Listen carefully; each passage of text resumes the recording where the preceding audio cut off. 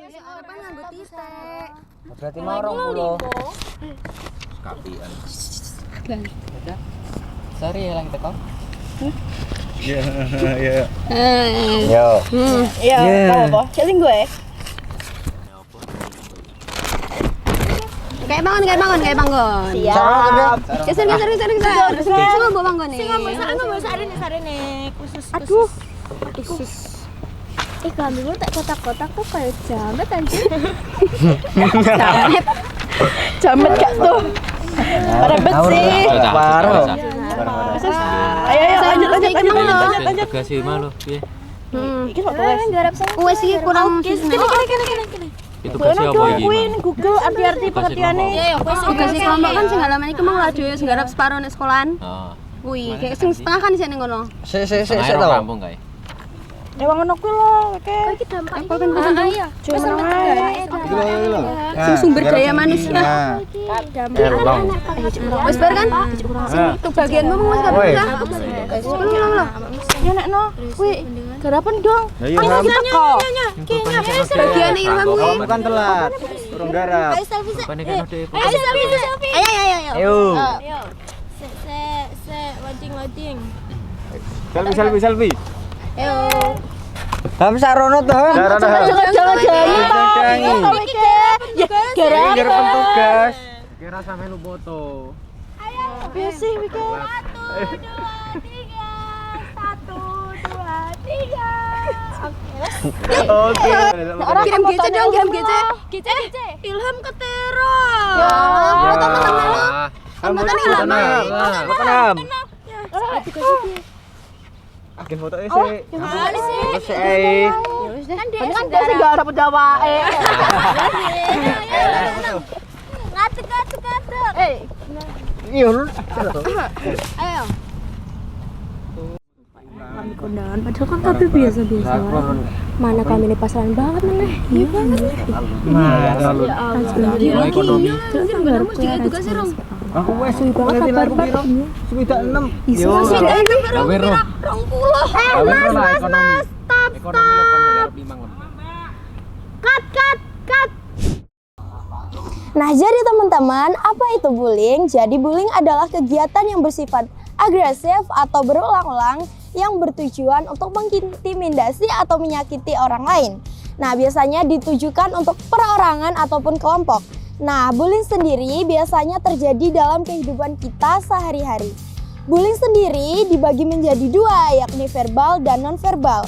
Untuk yang verbal ini biasanya sering bersentuhan dengan fisik kayak memukul dan lain sebagainya. Kalau non-verbal ini biasanya lewat cacian, kita mengolok-olok orang lain dan lain sebagainya. Nah, jadi bagaimana sih dampak negatif serta cara pencegahan bullying?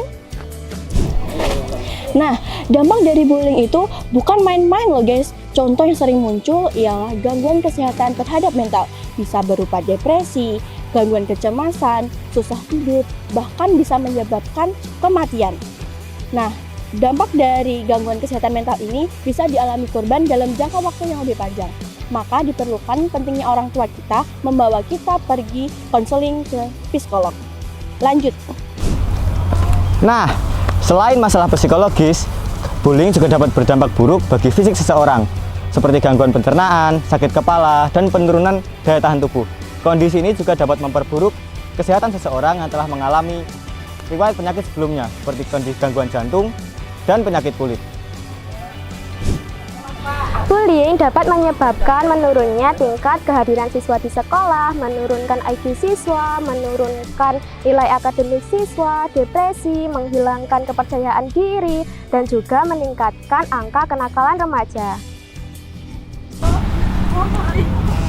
Isolasi sosial. Orang yang mendapatkan perilaku bullying akan merasa dirinya dikucilkan oleh orang yang di sekitarnya dan tidak dapat mengekspresikan keinginan, pendapat, dan perasaan. Pencegahan yang dilakukan dengan melakukan kegiatan yang positif. Contohnya, membantu orang tua, mengikuti ekstrakurikuler, part-time, dan lain sebagainya. Mengapa begitu? Karena dengan melakukan hal-hal yang positif, kita dapat terhindar dari stres. Pencegahan yang dapat dilakukan selanjutnya adalah dengan memanfaatkan layanan yang ada.